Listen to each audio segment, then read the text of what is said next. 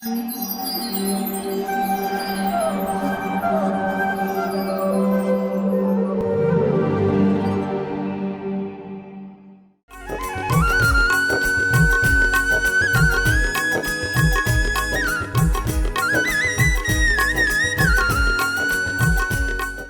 कृष्णा। तो आप सभी का स्वागत है हमारे भागवत कथा प्रोग्राम में। तो जो भी भक्तगण हमें सभी अन्य अन्य साधनों से देख रहे हैं, आपका सभी का हार्दिक स्वागत है। तो गुरुजनों के चरणों की वंदना करते हुए और भगवान की स्तुति करते हुए हम आज की कथा में प्रवेश करते हैं।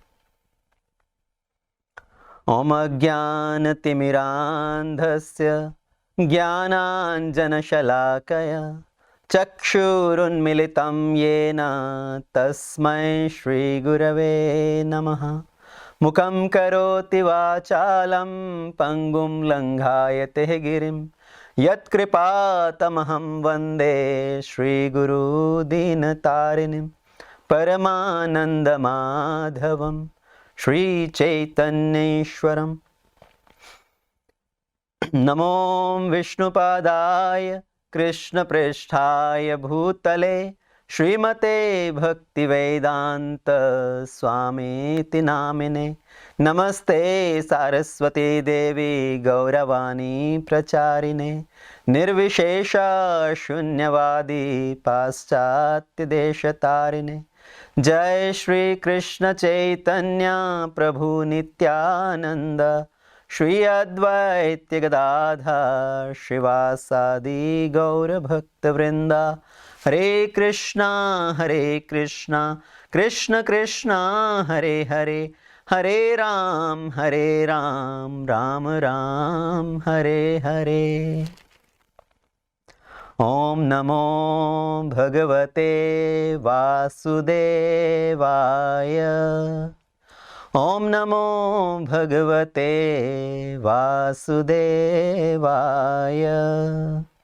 ओम नमो भगवते वासुदेवाय।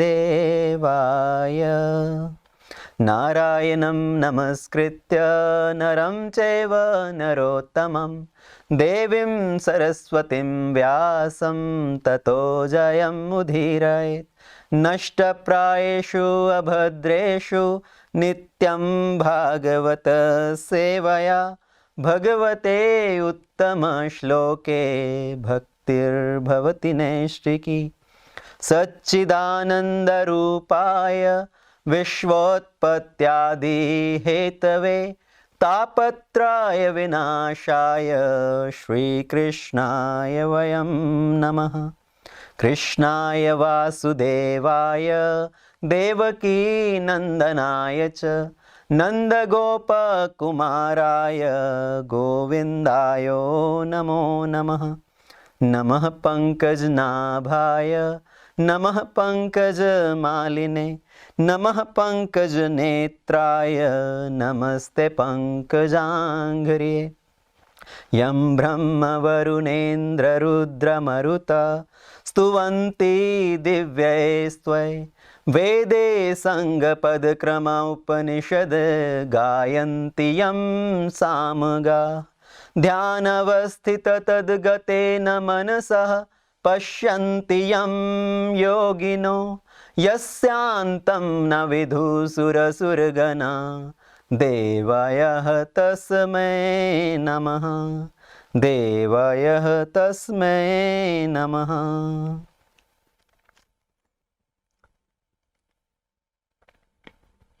हरे कृष्णा। गत दिवस में हमने श्रवण किया प्रहलाद महाराज के गुणों के बारे में और प्रहलाद महाराज की शिक्षाओं के बारे में।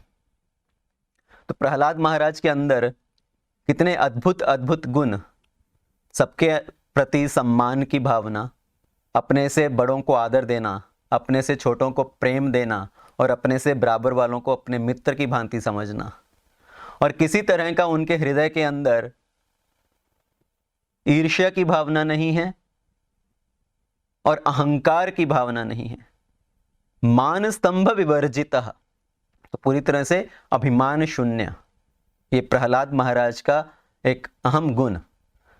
क्योंकि अगर कोई व्यक्ति किसी बड़े कुल में पैदा हुआ है, उसके पास बहुत अधिक धन संपत्ति है, या उसके अंदर कुछ अधिक विद्या है या कुछ अन्य गुण हैं, तो उस व्यक्ति के अंदर प्राकृतिक रूप से ये अभिमान उत्पन्न होता है। पर प्रहलाद महाराज के बारे में क्या कहा जा रहा है कि उनके अंदर किसी तरह का कोई अभिमान नहीं, मान स्तंभ विवर्जिता, और भगवान के प्रति इतना प्रेम है उनके हृदय में। वासुदेवे भगवती यस्य नैसर्गिकी रति, भगवान के प्रति प्राकृतिक आकर्षण है उनके हृदय में।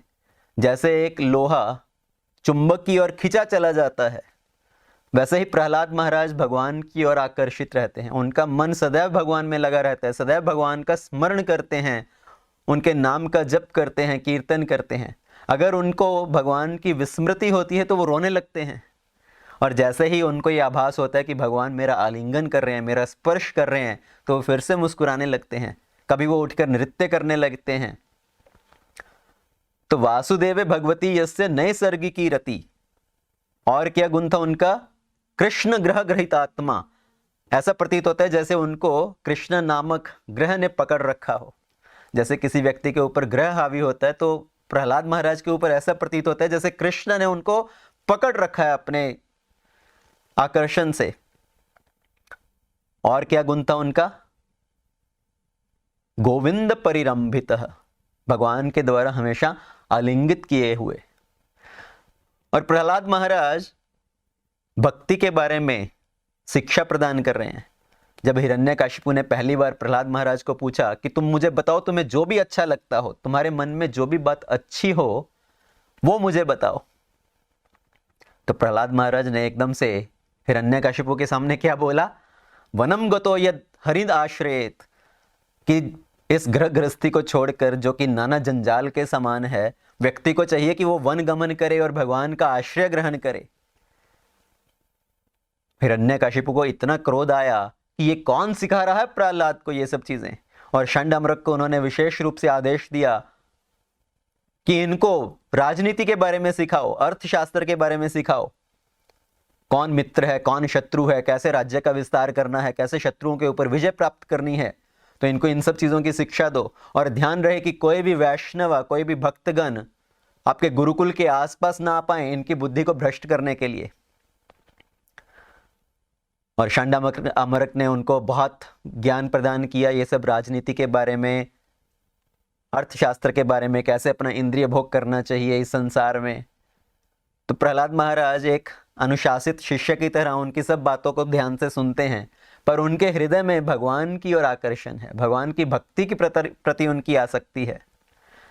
तो जब फिर से प्रहलाद महाराज वापस अपने घर पर आए, हिरण्यकशिपु के पास गए। हिरण्यकशिपु ने बड़े प्रेम से उनको अपनी गोद में बिठाया, उनके मस्तक पर चुम्बन किया, उनके सर को सूंघा, और प्रहलाद को पूछा कि तुमने अपने गुरुजनों से जो सीखा है वो मुझे बताओ। तो प्रहलाद महाराज ने फिर से एक दूसरा बम फोड़ा हिरण्यकशिपु के ऊपर, उनको नवदा भक्ति के बारे में प्रवचन देने लगे। श्रवणम कीर्तनम विष्णु स्मरणम पाद सेवनम अर्चनम वंदनम दास्यम साख्यमात्म निवेदनम इति पुंसः परो विष्णु भक्ति नवलक्षणः। तो भक्ति के ये 9 लक्षण हैं। श्रवण करना, भगवान की कथाओं का श्रवण करना, भगवान के गुणों का कीर्तन करना, भगवान विष्णु का स्मरण करना, उनके पाद सेवन करना, उनकी अर्चना करना, उनकी वंदना करना, उनके प्रति दास्य भाव रखना, उनके प्रति मित्रता का भाव रखना, और अपना सब कुछ उनको समर्पण कर देना।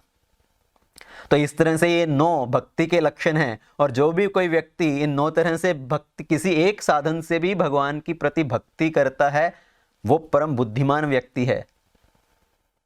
तो प्रहलाद महाराज ने जब इस तरह का प्रवचन किया, हिरण्यकशिपु को बड़ा क्रोध आया, और उन्होंने प्रहलाद महाराज को मारने का बड़ा प्रयत्न किया कि ये मेरे कुल के लिए घातक है। अगर शरीर का एक अंग गल जाए, एक अंग में विष फैल जाए, तो पूरे शरीर को बचाने के लिए उस अंग को काट देना चाहिए। तो इस प्रहलाद का वध कर देना चाहिए, क्योंकि ये हमारे असुर कुल के लिए विनाश का कारण है। और उन्होंने बहुत प्रयास किए प्रहलाद का वध करने के लिए। उनको पहाड़ों की ऊंचाई से फेंका गया, अस्त्र शस्त्रों से उनके शरीर पर प्रहार किया गया, पत्थरों से उनके शरीर पर प्रहार किया गया, उनको सांपों के कुंड में फेंका गया, बहुत घातक उनको विष खिलाया गया। पर क्योंकि प्रहलाद महाराज पूरी तरह से भगवान के आश्रित थे, तो हिरण्यकशिपु किसी भी तरीके से प्रहलाद महाराज को कुछ अहित नहीं कर सका।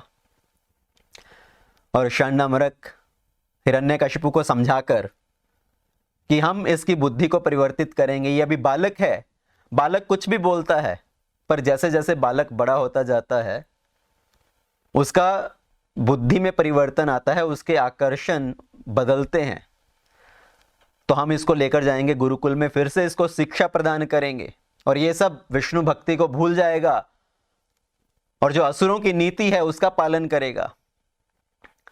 तो शांडामरक वापस प्रहलाद को अपने गुरुकुल में लेकर आए और उनको फिर से शिक्षा प्रदान करने लगे। और एक बार शांडामरक अपने किसी घर के काम से बाहर गए और गुरुकुल में उस समय पर कोई नहीं था, तो प्रहलाद महाराज ने सोचा ये अच्छा मौका है, बाकी सभी जो मेरे सहपाठी हैं उनको भी भगवान की भक्ति के बारे में शिक्षा प्रदान करनी चाहिए। और उन्होंने अपने सभी सहपाठियों को भक्ति के बारे में प्रवचन देना आरंभ किया।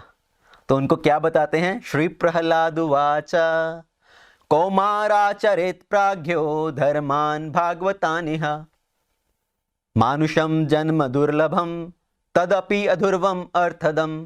तो ये जो मनुष्य जीवन है बड़ा दुर्लभ है, दुर्लभम मानुषम जन्म तदपि अधुर्वम अर्थदम। तो इस मनुष्य जीवन का अगर कोई व्यक्ति थोड़ा सा भी सदुपयोग करता है, उसको भगवान की भक्ति में लगाता है, तो वो अपने जीवन को सार्थक कर सकता है। और कब से भगवान की भक्ति में लगना चाहिए? कौमार आचरित प्राज्ञो, कुमार अवस्था से, बचपन से, 5 वर्ष की अवस्था से व्यक्ति को, बालक को भगवान की भक्ति में लगना चाहिए। यही भागवत धर्म है। तो अपने सभी सहपाठियों को भगवान की भक्ति के बारे में बताने लगे कि इस मनुष्य जीवन को प्राप्त करके इसका जो लक्ष्य है वो है भगवान को प्राप्त करना, भगवान का प्रेम प्राप्त करना। अगर इस मनुष्य जन्म को प्राप्त करके हमने इसका सदुपयोग नहीं किया तो हम फिर से वही 84 लाख की योनियों में भटकते रहेंगे। जो व्यक्ति है इस जीवन में, वो जितना भी उसका समय नष्ट हो रहा है, उसका पूरा ये मनुष्य जीवन नष्ट हो रहा है, उसके बारे में वो कुछ चिंता नहीं करता। पर मनुष्य को किस चीज की चिंता रहती है? कि कहीं पर भी मेरा कुछ धन व्यर्थ ना चला जाए, 1 रुपया 1 पैसा भी मेरा कहीं पर व्यर्थ ना हो जाए, उस बारे में बहुत चिंता रहती है। पर ये मनुष्य जीवन जो हमारा व्यर्थ जा रहा है उसके बारे में कोई चिंतन नहीं करता। तो गत दिवस में मैंने एक उदाहरण दिया, जो मनुष्य जीवन है ये हमारे लिए एक इमरजेंसी सिचुएशन है कि हमें इतना दीर्घ काल के बाद, पता नहीं कितनी अनगिनत योनियों में घूमने के बाद ये मनुष्य जीवन प्राप्त हुआ है। तो ये मनुष्य जीवन एक इमरजेंसी सिचुएशन की तरह है।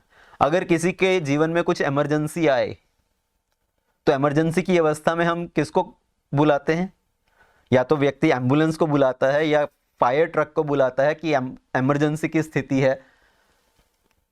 तो उसी तरह से जो मनुष्य जीवन है वो इमरजेंसी की स्थिति है, और ये जो भक्ति है वो एम्बुलेंस या फायर ट्रक के समान है। तो जब फायर ट्रक और एम्बुलेंस आते हैं सड़क पर तो सभी साइड में हट जाते हैं उनको मार्ग देने के लिए। उसके सामने बाकी सभी चीजों की अहमियत कम है। तो उसी तरह से मनुष्य जीवन में जो भक्ति है, जो कृष्ण कॉन्शियसनेस है, वो हमारे लिए एम्बुलेंस या फायर ट्रक के समान है। हमें अपने जीवन की बाकी सब चीजों को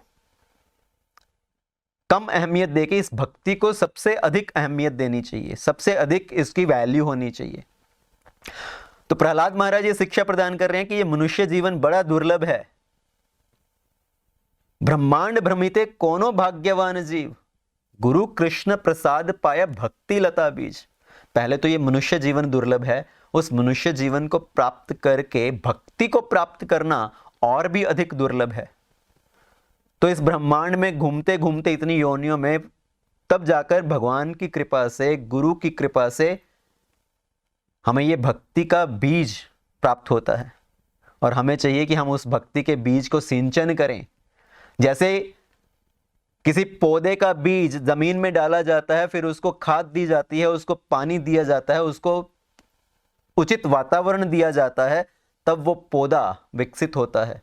उसी तरह से जो भक्ति का बीज है, इस भक्ति के बीज को हमें अपने हृदय में रखकर उसका सिंचन करना है। और भक्ति के बीज का सिंचन कैसे होगा?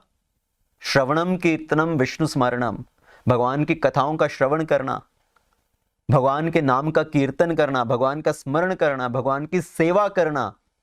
तो उन चीजों से हम इस भक्ति लता के बीज का सिंचन करते हैं, ताकि हमारा जो भक्ति का पौधा है वो और आगे बढ़ता रहे और हम भगवान के धाम में वापस पहुंच सकें। हमारे बहुत सारे माता पिता हो चुके हैं इतने इतने जन्मों में। अगर कोई कुत्ता बिल्ली है, कोई सूअर है, कोई अन्य जीव जंतु है, उनके भी माता पिता हैं। तो बहुत सारे जन्म हम ले चुके हैं। इन जन्मों में हमारे बहुत सारे माताएं हो चुकी हैं, बहुत सारे हमारे पिता हो चुके हैं, बहुत सारे हमारे भाई बंधु हो चुके हैं। पर जो गुरु की प्राप्ति होती है वो इस मनुष्य जीवन में, जब हम गुरु को प्राप्त कर सकते हैं और गुरु प्राप्त करके वास्तव में हम भक्ति में आगे बढ़ सकते हैं और इस मनुष्य जीवन का सदुपयोग कर सकते हैं।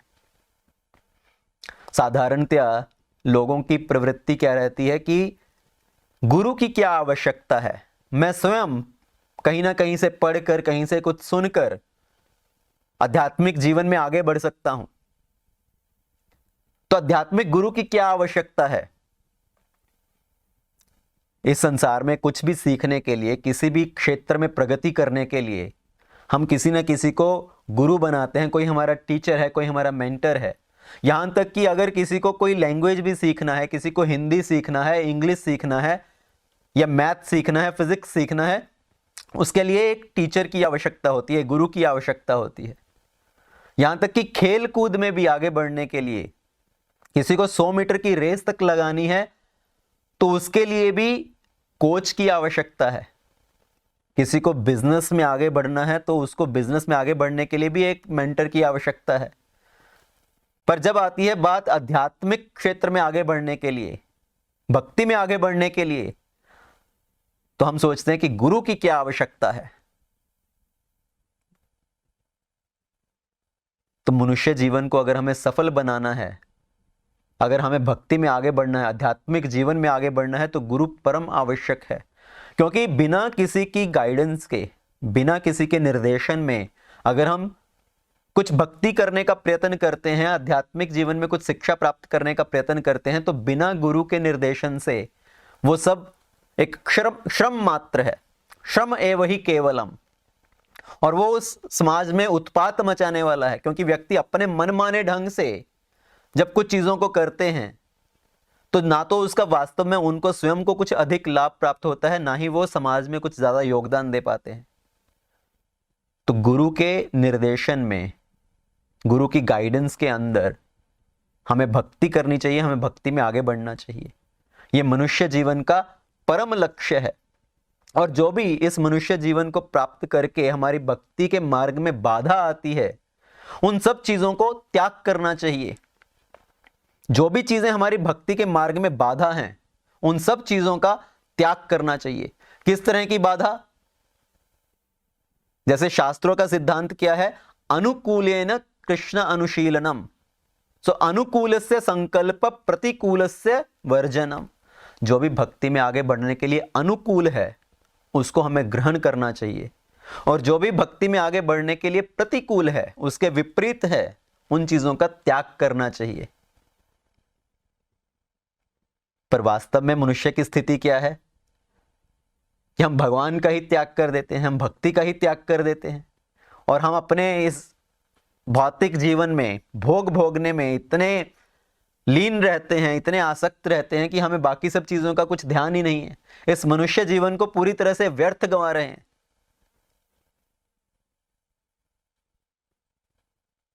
रात गवाई सोए के, दिवस गवायो खाए, हीरा जन्म अनमोल था, कौड़ी बदले जाए। ये मनुष्य जीवन क्या है? एक हीरे की मात्र दुर्लभ है, पर उसको हम कौड़ियों के दाम व्यर्थ गवा रहे हैं। तो प्रहलाद महाराज अपने सब सहपाठियों को क्या उपदेश दे रहे हैं कि अगर किसी मनुष्य का जीवन काल 100 वर्ष तक का माना जाए तो 100 वर्ष की अवधि में पहले 10 वर्ष तो बालक को खेल कूद में गंवा देता है कि अभी तो मैं छोटा सा बालक हूं, तो खेलने कूदने में ही व्यस्त रहते हैं। और जो पिछले 10-20 वर्ष हैं वो बुढ़ापे में व्यर्थ चले जाते हैं। उस समय पर व्यक्ति कुछ अधिक कर नहीं पाता, उसके जो शरीर के अंग हैं वो काम करना बंद कर देते हैं, ना तो वो कहीं चल फिर सकता है, ना उसको ज्यादा दिखाई देता है, कुछ ज्यादा सुनाई देता है, तो बिस्तर में ही पड़ा रहता है। और जीवन की आधी अवधि सोने में व्यर्थ चली जाती है। व्यक्ति 10-12 घंटे अगर सोता है तो जीवन का आधा काल तो सोने में व्यर्थ चला गया। और जीवन का जो मध्य काल है, व्यक्ति अपने व्यवसाय में इतना व्यस्त रहता है कि उसी में व्यतीत कर देता है, उसको किसी और चीज के ऊपर कुछ ध्यान ही नहीं है। उसका पूरा जो बुद्धि है इन्हीं चीजों में उलझा हुआ है कि मुझे पैसा अधिक से अधिक कमाना है, मुझे अपने घर का ध्यान रखना है, अपने पति पत्नी बच्चों का ध्यान रखना है। तो इसलिए पूरा जीवन इसी तरह व्यर्थ चला जाता है। तो हम भी ज्यादातर क्या देखते हैं, यही देखने में मिलता है। अगर किसी को बोला जाए आप भगवत गीता का अध्ययन करिए, भागवत का श्रवण करिए, भागवत का अध्ययन करिए, तो छोटा बालक क्या, अभी तो मैं बहुत छोटा हूं, अभी तो मेरे खेलने कूदने के दिन हैं। थोड़ा और बड़ा होगा, उसको फिर से बोलो भगवत गीता पढ़िए, भागवत पढ़िए, बोलते अभी तो मेरा पढ़ाई का काम है, अभी तो मुझे पढ़ना है, अपने एग्जाम क्लियर करने हैं। पढ़ाई पूरी होने के बाद उनको बोला अच्छा अभी तो भगवत गीता पढ़िए, तो बोलते अभी तो मेरी नई नई नौकरी लगी है, अभी तो मैं अपने काम में बहुत बिजी हूं, मुझे अपने आप को व्यवसाय में जमाना है। फिर घर गृहस्थी में उलझ जाते हैं। तो इस तरह से पूरा समय इन्हीं चीजों में निकल जाता है। और बुढ़ापा आने पर उनको बोलो अभी आप भगवत गीता पढ़िए, भागवत पढ़िए, तो बोलते हैं अभी मैं कैसे पढ़ पाऊंगा, मुझे तो कुछ ज्यादा दिखाई नहीं दे पाता, मुझे तो कुछ ज्यादा सुनाई नहीं दे पाता। तो इसी तरह से करते करते बचपन से बुढ़ापे तक और फिर से मृत्यु के बाद वो जीवात्मा फिर से एक नए शरीर को धारण करती है। पर ये जीवन इसी तरह से चलता रहता है। और भगवान भगवत गीता में क्या बोल रहे हैं, जन्म मृत्यु जरा व्याधि दुख दोष अनुदर्शिना। तो हमें चाहिए कि हम इस जीवन में जो ये दोष हैं, जन्म मृत्यु जरा व्याधि, जरा मतलब बुढ़ापा, व्याधि मतलब रोग, तो जितने भी ये दोष हैं इस जीवन में हमें उनको समझना का प्रयत्न करना चाहिए और इनके साइकिल से, इस चक्कर से बाहर निकलने का प्रयत्न करना चाहिए। तो शास्त्र क्या बता रहे हैं कि जो भक्ति में आगे बढ़ने के लिए अनुकूल है हमें उन चीजों को ग्रहण करना चाहिए, और जो भक्ति के मार्ग में प्रतिकूल हैं, बाधा बनते हैं, हमें उनका त्याग करना चाहिए। नारद मुनि जी अपने नारद भक्ति सूत्र में भी एक यही सूत्र बता रहे हैं, लोके वेदेषु तद अनुकूल आचरणम तद विरोधशु उदासीनता। तो जो शास्त्रों के सिद्धांत हैं जो भक्ति में आगे बढ़ने के लिए सहायता करते हैं उनको क्या करना चाहिए, तद अनुकूल आचरणम, उनका हमें आचरण करना चाहिए। तद विरोधशु, पर जो भक्ति के मार्ग में विरोध हैं, उसके विरोधी हैं, उनके प्रति हमें कैसा व्यवहार करना चाहिए, उदासीनता, हमें उन चीजों को छोड़ देना चाहिए। जैसे कई बार कोई व्यक्ति बोलता है अरे हमारे माता पिता हमसे प्रसन्न नहीं होते अगर हम भक्ति करते हैं, अगर हम मंदिर में आते हैं, भक्तों का संग करते हैं, तो हमारे माता पिता को प्रसन्नता नहीं होती। उनको लगता है कि आप अपना व्यवसाय का काम संभालो, आप अपने माता पिता की सेवा करो, ये सब भक्ति भक्ति छोड़ो। हमारे पति या हमारे पत्नी हमारे भक्ति करने से प्रसन्न नहीं होते। तो प्रहलाद महाराज क्या बता रहे हैं कि हमने बहुत सारे माता पिता हो चुके हैं हमारे अन्य अन्य जीवनों में, जितने भी हमने अब तक जीवन ग्रहण किए हैं, चाहे वो कुत्ते बिल्ली का है या किसी अन्य जीव जंतु का है, तो माता पिता तो हर जीवन में रहे हैं। और अगर वही माता पिता भक्ति में आगे बढ़ने में बाधा बन रहे हैं तो शास्त्र तो यहां तक बोल रहा है कि हमें उनका भी त्याग कर देना चाहिए। जैसे प्रहलाद महाराज अपने आचरण से सिखा रहे हैं, जाके प्रिय न राम वेदेहि तज्यता ही कोटि वैरी सम यद्यपि परम स्नेही त्यज्य पिता प्रहलाद विभीषण बंधु भरत महतारी बलि गुरु तेजो कंत बंद विनत नहीं भय मुद मंगलकारी। तो यहां पर क्या बताया गया, जाके प्रिय न राम वेदेहि तज ये ताहि कोटि वैरी सम यद्यपि परम स्नेही। हमारे जीवन में बहुत सारे व्यक्ति हमें बहुत प्रिय हो सकते हैं, पर अगर उनको भगवान के प्रति श्रद्धा नहीं है, अगर उनको भगवान के प्रति प्रेम नहीं है और वो हमारे मार्ग में भी बाधा बनते हैं, तो हमें उनसे भी दूरी बनाकर रखनी चाहिए। जैसे तज्यो पिता प्रहलाद, प्रहलाद ने अपने पिता का त्याग कर दिया। भविष्य बंधु, भविष्य ने अपने भाई रावण का त्याग किया। भरत महतारी, भरत ने अपनी माता केकई का त्याग किया। केकई की वजह से भगवान राम को वन में जाना पड़ा, और जब भरत को यह पता चला कि मेरी माता इसका कारण है, तो उन्होंने अपनी माता का त्याग कर दिया कि आज से मैं तुम्हें अपने मुख से माता कहकर नहीं पुकारूंगा।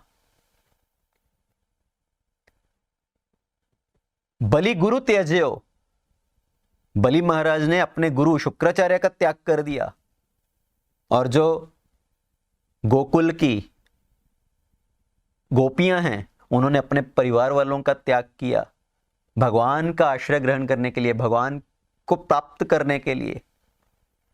और वही भगवान को प्राप्त करना ही हमारे लिए सबसे मंगलकारी है। तो प्रहलाद महाराज जब इस तरह की शिक्षा प्रदान कर रहे हैं कि भक्ति ही सर्वश्रेष्ठ है, हमें अपने जीवन में भक्ति को धारण करना चाहिए, भगवान की भक्ति में आगे बढ़ना चाहिए, तो सब सहपाठी जो हैं वो बड़े ध्यान से उनकी बातें सुन रहे हैं। प्रहलाद महाराज बता रहे हैं कि गुरु परम आवश्यक है, गुरु से हमें ज्ञान प्राप्त करना चाहिए। तो इन सहपाठियों ने, जो ये सब अन्य असुरों के बालक हैं, उन्होंने प्रहलाद महाराज को ये प्रश्न किया कि आपने ये ज्ञान कब प्राप्त किया? आप भी हमारी तरह असुर कुल में पैदा हुए हो, आपके ऊपर भी पाबंदियां हैं, घर से आप बाहर नहीं निकल सकते, कोई साधु महात्मा, कोई भक्तगण महल में प्रवेश नहीं कर सकते, तो आपने ये ज्ञान कब प्राप्त किया?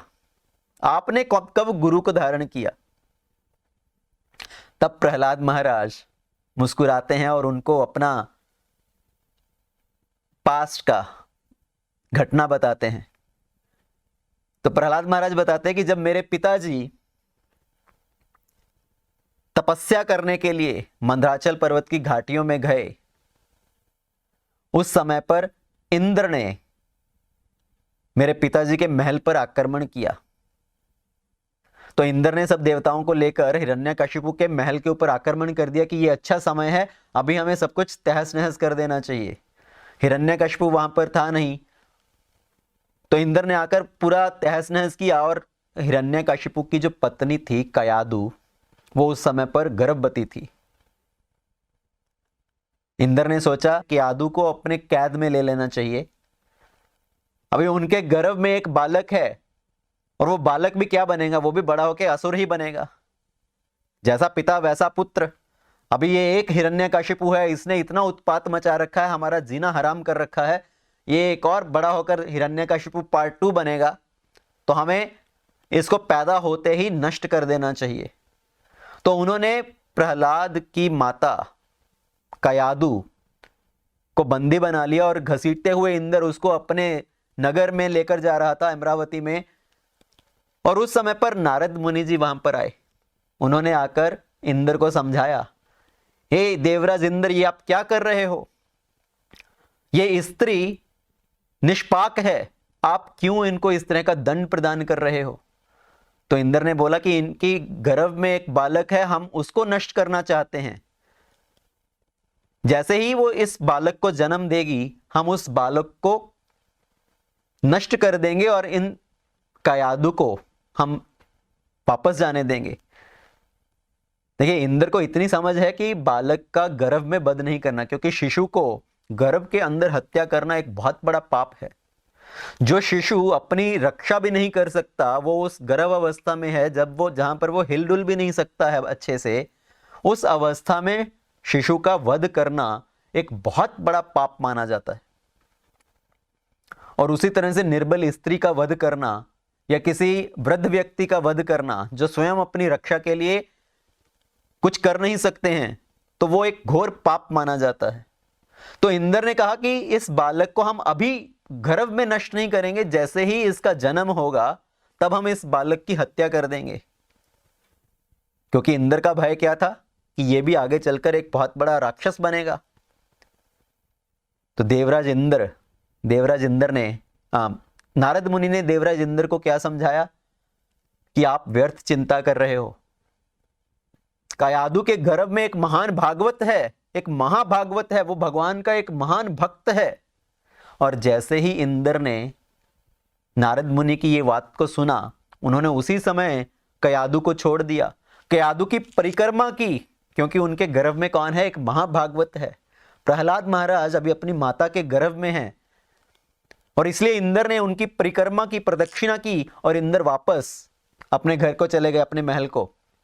और नारद मुनि जी उस समय पर कयादु को रक्षा प्रदान करने के लिए उनको लेकर अपने आश्रम में गए। तो नारद जी ने कयादु को अपने आश्रम में रखा जब तक कि हिरण्यकशिपु वापस तपस्या करके वापस नहीं आ गए। और कयादु ने अपने गर्भ को धारण किया जितने समय के लिए हिरण्यकशिपु अपनी तपस्या में लीन थे।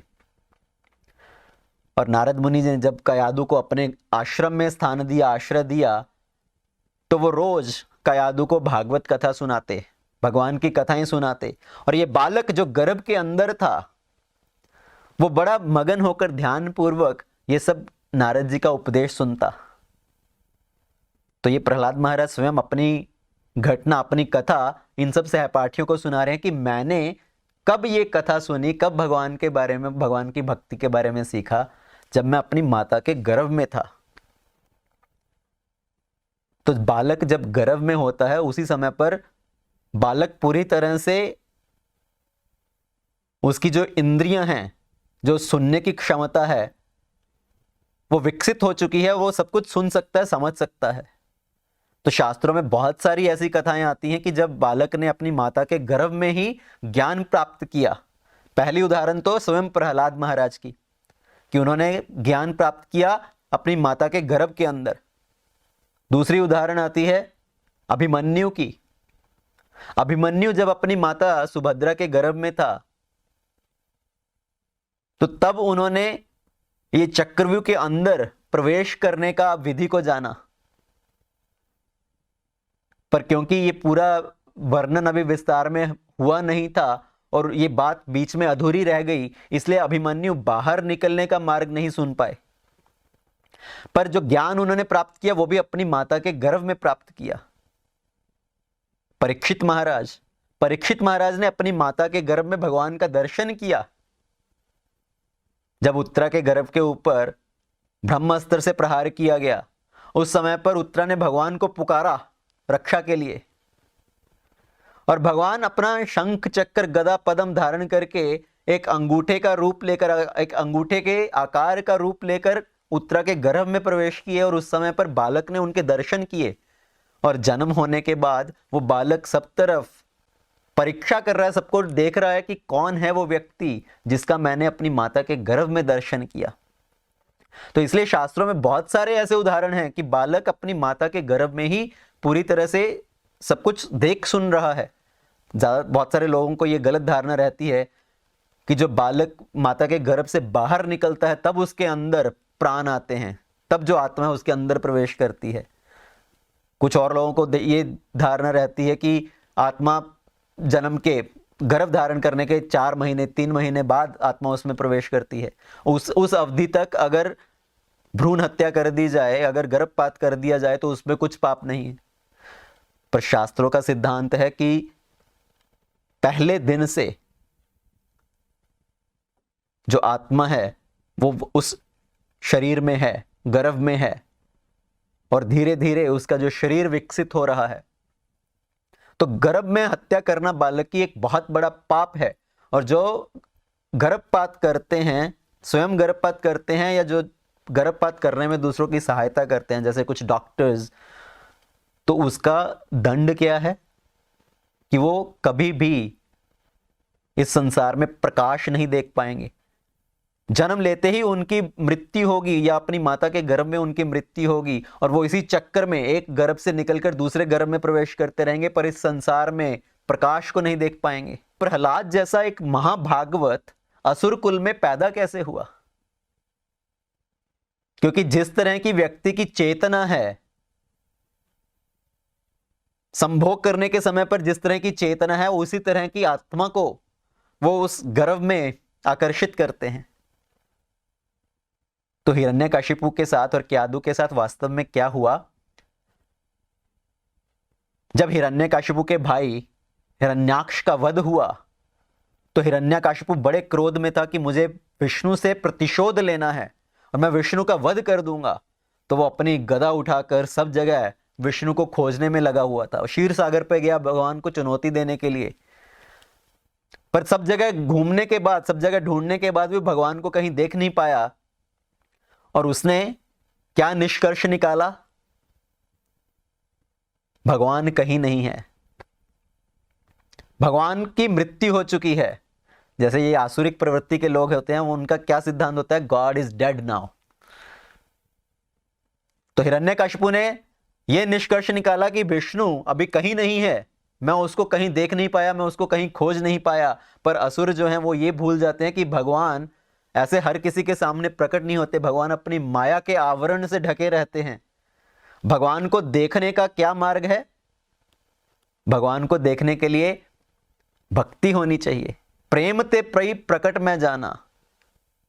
तो भगवान प्रेम से प्रकट होते हैं जब हम भगवान को प्रेम से पुकारते हैं। तो हिरण्यकशिपु ने बोला भगवान अभी कहीं नहीं है, मैं स्वयं भगवान बनना चाहता हूं। तो हिरण्यकशिपु अपने घर पे आया, अपने परिवार के सदस्यों को बोला, अपनी पत्नी को बोला कि मैं तपस्या करने जा रहा हूं, मैं भगवान, जब भगवान बन जाऊंगा उसी समय मैं इस घर पे वापस लौटूंगा अपने महल में। तो मैं भगवान बनने के बाद ही अपने घर पे वापस आऊंगा। तो हिरण्यकशिपु गया मंदराचल पर्वत की घाटियों में, मंदरा पर्वत की घाटियों में तपस्या करने के लिए। और जैसे ही वो हाथ जोड़कर ऊपर उठाकर, अपना सिर ऊपर उठाकर खड़ा होकर तपस्या करने लगा, और उस समय पर नारद मुनि अपने एक अन्य मित्र पर्वत ऋषि के साथ वहां पर आए, और वो एक तोते का रूप लेकर वहां पर पास में एक शाखा पर बैठ गए। तो हिरण्यकशिपु का जाप कर रहा था और नारद मुनि और पर्वत ऋषि तोते के रूप में वो भगवान के नामों का उच्चारण करने लगे, नारायण नारायण। तो हिरण्यकशिपु इधर ओम का उच्चारण करता, उधर से आवाज आती नारायण। तो हिरण्यकशिपु को बड़ा क्रोध आया, ये कौन है जो मेरे प्रतिद्वंदी, मेरे विरोधी, मेरे जो शत्रु है उसका नाम ले रहा है। तो हिरण्यकशिपु ने उनको बड़ा ढूंढने का प्रयत्न किया, तो वो वहां से उस समय अपने आप को गायब कर लेते। और फिर से जब हिरण्यकशिपु तपस्या करने लगता ओम, तो फिर से वो नारायण नारायण का उच्चारण करने लगते। तो हिरण्यकशिपु को लगा कि ये मेरी तपस्या सफल नहीं हो पा रही है, मैं तपस्या नहीं कर पा रहा हूं, शायद मेरा जो घर से निकलने का मुहूर्त था वो ठीक नहीं था, तो इस तरह से मैं अपनी तपस्या को सफल नहीं कर पाऊंगा। तो हिरण्यकशिपु अपनी तपस्या छोड़कर उस दिन वापस घर पे आ गया। और जैसे हिरण्यकशिपु घर पे वापस आया, उनकी पत्नी क्यादु ने पूछा आप भगवान बन गए क्या? आप तो बोलकर गए थे कि जब तक मैं भगवान नहीं बन जाता तब तक वापस नहीं लौटूंगा। तो हिरण्यकशिपु ने बोला आज मेरा तपस्या करने के लिए जाने का जो समय था वही अशुभ था। मैं जैसे ही कुछ तपस्या करने का प्रयत्न करता तो कोई नारायण नारायण का उच्चारण करने लगता। देखिए अभी यहां पर हिरण्यकशिपु ने क्या किया, वो भगवान के नाम का उच्चारण कर रहा है इनडायरेक्टली। तो उसको भी भगवान के नाम उच्चारण से उसके सब पापों का फल जो था वो क्षीण हो गया। तो उसके मन में ये नारायण नारायण चल रहा था उस समय पर, उस आवाज को सुनते हुए। तो जैसे नारद मुनि ने उनको, तो उस दिन उस रात्रि को पूरा समय हिरण्यकशिपु के मन में यही आवाज बार बार गूंज रही थी, नारायण नारायण। और उस रात्रि को हिरण्यकशिपु ने क्यादु का संभोग किया क्यादु के साथ। और उस समय पर ये जो आत्मा क्यादु के गर्भ में प्रवेश की वो महाभागवत, क्योंकि उनका जो बुद्धि था, जो चेतना थी, वो भगवान के नाम में पूरी तरह से रत थी। तो जो बालक उस गर्भ में प्रवेश किया वो महाभागवत था। तो इसलिए नारद जी ने उस समय पर इंद्र को बोला कि क्यादु के गर्भ में एक महाभागवत है जो भगवान का एक अनन्य भक्त बनेगा। तो इस तरह से प्रहलाद महाराज ने अपनी माता के गर्भ में ज्ञान प्राप्त किया और वो अपने सभी सहपाठियों को अपने उस घटना का वर्णन कर रहे हैं। और सभी सहपाठी प्रहलाद की बातों से प्रभावित होकर, प्रहलाद की शिक्षाओं से प्रभावित होकर वो भी सब भगवान के नामों का उच्चारण करने लगे। जोर जोर से वहां पर उस गुरुकुल में कीर्तन होने लगा। तो जोर जोर से भगवान के नामों का उच्चारण हो रहा है, हरे कृष्णा कृष्णा कृष्णा हरे हरे, हरे राम राम राम हरे हरे। और उस समय पर शांडामृग वापस आए। उन्होंने देखा ये सब क्या हो रहा है। पहले तो एक सिर्फ प्रहलाद था जो विष्णु का नाम लेता था, अभी तो बाकी सब असुर बालक हैं, उनके ऊपर भी प्रहलाद का रंग चढ़ता जा रहा है। ये तो अच्छी बात नहीं है। अगर महाराज हिरण्यकशिपु को पता चलेगा तो वो बड़ा क्रोध करेंगे। तो इस बालक का उपाय हमारे पास कुछ नहीं है, इसको वापस हिरण्यकशिपु के पास ही लेकर जाना चाहिए, वही इसको उचित दंड देंगे। तो शांडामृग प्रहलाद को लेकर हिरण्यकशिपु के पास वापस आए और हिरण्यकशिपु को सारी घटना बताई कि कैसे बाकी सब असुर बालक भी प्रहलाद से प्रभावित होकर विष्णु का नाम ले रहे हैं। तो हिरण्यकशिपु ने जब ये सब बातें सुनी, हिरण्यकशिपु को बड़ा क्रोध आया। उसने प्रहलाद को गालियां देना शुरू किया, प्रहलाद को अभद्र शब्द बोलने शुरू किए, उसकी निंदा करनी आरंभ की। तो हिरण्यकशिपु प्रहलाद को गालियां दे रहे हैं, उनको निंदा कर रहे हैं, पर जो प्रहलाद महाराज हैं वो उस जो अभद्र शब्द हैं हिरण्यकशिपु से मुख से निकलने वाले, उनको वो भी स्तुति की भांति प्रतीत हो रहे हैं। जैसे सरस्वती जी किसी भी शब्द का अर्थ बदल सकती हैं। सरस्वती की कृपा से कोई किसी शब्द का उच्चारण नहीं कर सकता। तो वही शब्द जो हिरण्यकशिपु के मुख से निंदा की भांति निकल रहे हैं, उसका सारस्वत अर्थ अलग है। हिरण्यकशिपु क्या बोल रहा है प्रहलाद को? दुर्विनीता, मंदात्मा, कुल भेद कर अधमा, कि तुम दुर्विनीत हो, तुम्हारे अंदर कुछ सभ्यता नहीं है, तुम बड़ों की बात को पालन नहीं करते, तुम बड़े हठी हो, दुर्विनीत। पर इसका सारस्वत अर्थ जो है वो कुछ और है, वो प्रहलाद की स्तुति बन जाता है। दुर्विनीत, विनीत का अर्थ है जो बड़ा ही नम्र है, पोलाइट है, जेंटल है, हम्बल है। तो जो दुर्जन लोग हैं उनके सामने भी जो बहुत नम्रता का व्यवहार करता है वो प्रहलाद दुर्विनीत। तो उसका अर्थ बिल्कुल विपरीत हो गया। हिरण्यकशिपु प्रहलाद को बोल रहा है मंद आत्मा, कि तुम मंद बुद्धि हो। जो आत्मा शब्द है उसके भी अलग अलग अर्थ आते हैं। आत्मा शब्द का अर्थ है बुद्धि, आत्मा शब्द का अर्थ है हमारी आत्मा। आत्मा शब्द का प्रयोग किया जाता है शरीर के लिए भी, और आत्मा शब्द का कई बार प्रयोग किया जाता है परमात्मा के लिए भी, भगवान के लिए। तो यहां पर हिरण्यकशिपु के अर्थों में क्या था? मंद आत्मा, मंद बुद्धि, कि तुम मंद बुद्धि हो, तुम्हें एक बार में बात समझ में नहीं आ रही। पर इसका सारस्वत अर्थ क्या हुआ? मंद आत्मा। मंद लोग जो हैं, जो निम्न लोग हैं, चाहे वो निर्धन अवस्था में हो या वो कम बुद्धि वाले हो, तो जो मंद लोग हैं उनको भी प्रहलाद महाराज आत्मन, अपने समान समझते हैं, उनके प्रति भी प्रेम भाव रखते हैं। और हिरण्यकशिपु बोल रहा है कुल भेद कर, कि तुम इस कुल का विनाश करने वाले हो। पर इसका सारस्वत अर्थ हुआ कुल भेद कर। भेद कर मतलब जो विशेष, तो इस कुल में तुम सबसे विशेष हो, तुम्हारे समान इस कुल में और कोई नहीं है। जैसे रघुवंश कुल में बहुत महान महान राजा हुए, पर भगवान रामचंद्र वो विशेष हैं। तो उसी तरह से इस असुर कुल में तुम विशेष हो, तुम्हारे जैसा कोई नहीं हुआ इस कुल में। कुल भेद करा नराधम, अधम, कि तुम इस कुल में सबसे अधम हो। पर इसका सारस्वत अर्थ प्रहलाद की स्तुति में क्या हुआ? अधम, ये कुल के बाकी सब लोग तुम्हारे सामने अधम हैं। कुल भेद कर अधम, कि तुम उन सबसे श्रेष्ठ हो, क्योंकि ये बाकी सब जो असुर हैं ये रजोगुण तमोगुण के प्रभाव में है, पर तुम शुद्ध सत्व के प्रभाव में हो। तो तुम्हारे समान इस कुल में और कोई नहीं है, तुम विशेष हो, बाकी सभी लोग तुम्हारे सामने अधम हैं। तो इस तरह से हिरण्यकशिपु की जो गालियां हैं, उसकी जो निंदा है, वो भी प्रहलाद की स्तुति की तरह है। और हिरण्यकशिपु उस समय पर इतने क्रोध में था, क्रोध से कांप रहा था वो, और उसने प्रहलाद को बोलना शुरू किया कि मेरे क्रोध से देवता भी डरते हैं, और तुम मेरे सामने, मैं इतना क्रोध से आग बबूला रहा हूं और तुम बिल्कुल शांत होकर खड़े हो। तो तुम्हें यह शक्ति कहां से प्राप्त हो रही है? कौन है तुम्हें जो शक्ति प्रदान कर रहा है? तो प्रहलाद महाराज बड़े नम्रता पूर्वक हाथ जोड़कर हिरण्यकशिपु के सामने खड़े हैं उस समय पर, और हिरण्यकशिपु को बोल रहे हैं कि मेरी शक्ति का जो स्रोत है वही आपकी शक्ति का भी स्रोत है। जहां से आपको शक्ति मिल रही है वहीं से मुझे शक्ति मिल रही है। सबकी शक्ति का स्रोत एक ही है, वो है भगवान विष्णु।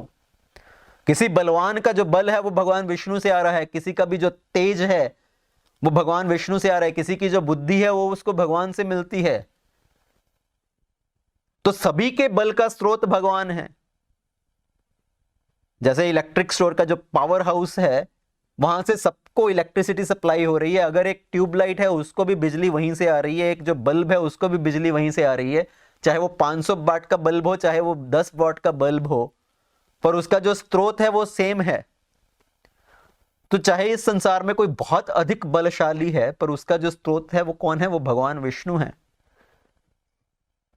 तो आपके बल का भी स्रोत भगवान है, मेरे बल का भी स्रोत भगवान है।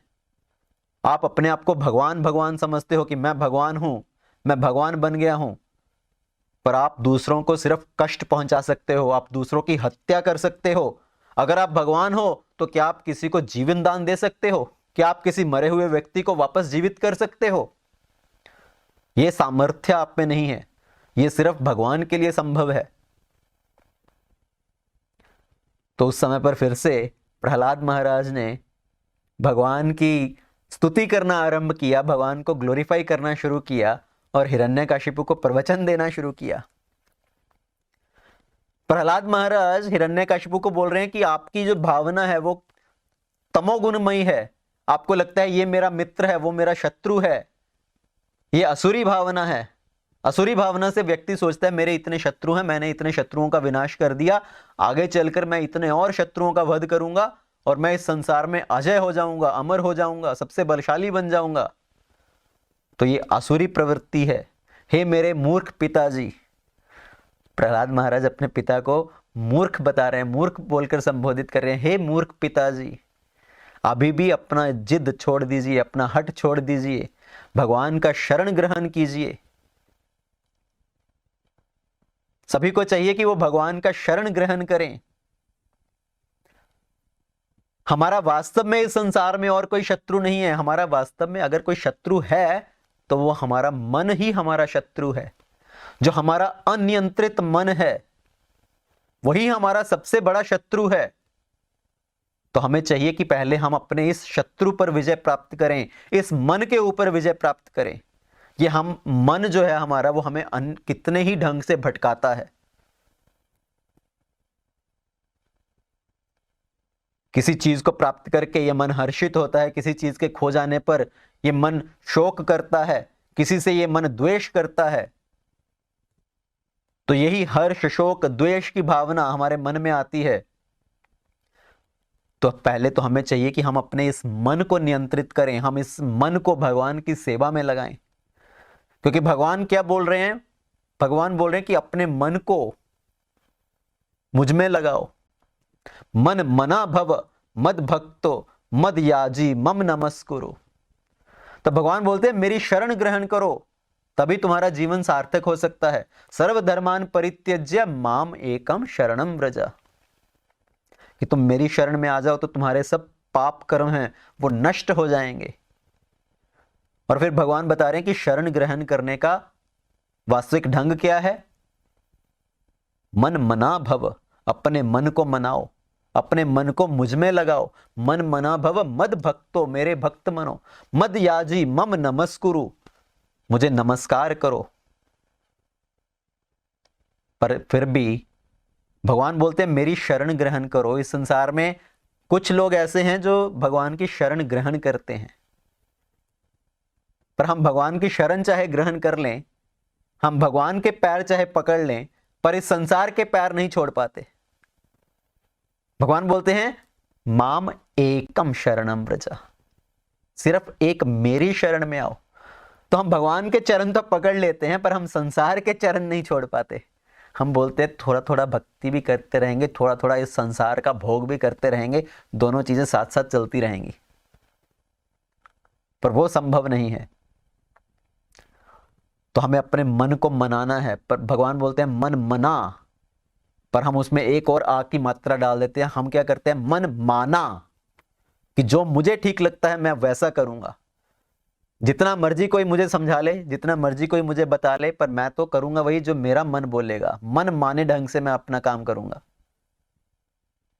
और मन को नियंत्रित करने का ढंग क्या है, भगवान की शरणागति। और भगवान की शरणागति के दो अंग क्या हैं, भगवान बोल रहे हैं मम नमस्कुरु, मुझे नमन करो और मेरा मनन करो, मुझे स्मरण करो, मुझे याद करो।